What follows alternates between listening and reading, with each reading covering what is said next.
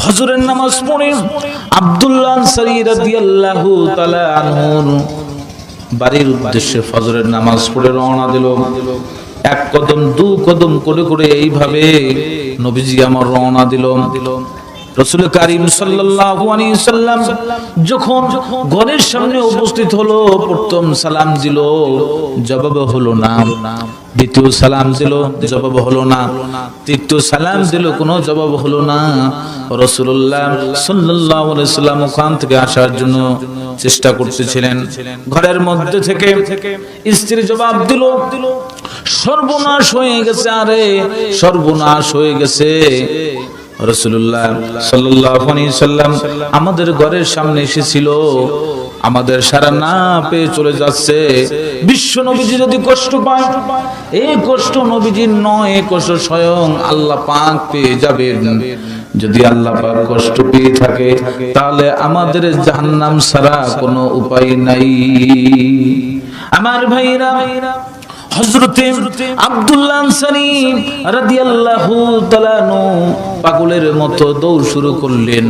রাসূলুল্লাহ সাল্লাল্লাহু আলাইহি সাল্লামের কাছ পর্যন্ত যখন চলে গেল, রাসূলুল্লাহ সাল্লাল্লাহু আলাইহি সাল্লাম পায়ের শব্দ শুনে যখন পিছনে তাকালো, দেখতে পেল আব্দুল্লাহ আনসারী রাদিয়াল্লাহু তাআলা দাঁড়িয়ে আসছেন। বলে, ইয়া রাসূলুল্লাহ, আমাকে ক্ষমা করে দেন। নবীজি আমার বললেন, আব্দুল্লাহ আনসারীকে প্রশ্ন করলেন। আব্দুল্লাহ আনসারী যখন ফজরের নামাজ শেষ হয়ে যায়, সমস্ত লোকেরা ফজরের নামাজ পড়ার পরে তালিম শোনার জন্য বসে পড়ে। কেন তুমি বসো না? হযরতে আব্দুল্লাহ আনসারী রাদিয়াল্লাহু তাআলা আনহু চোখ থেকে দরদর দরদর করে পানি পড়ছে আর বলছে, ইয়া রাসূলুল্লাহ, যেদিনকার আপনি বলছিলেন আসসালাতু মিফতাহুল জান্নাতিস সালাত, নামাজ হলো বেহেশতের চাবি, ওইখান থেকে এক ওয়াক্ত নামাজ আমি আর কাজা করি নাই। জোরে বলেন সুবহানাল্লাহ। বিশ্ব নবীজি প্রশ্ন করলেন, আব্দুল্লাহ আনসারী, তোমার চোখে কেন পানি, তুমি বলে দাও।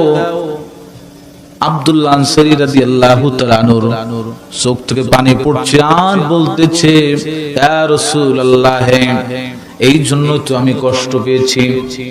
ঘরের মধ্যে আমার একটা কুয়া তৈরি করে নিয়েছি। ইয়া রাসূলুল্লাহ, আপনার মুখ থেকে তালিম শোনার জন্য আমারও তো মনে চায়, আপনার মুখ থেকে তালিম শোনার জন্য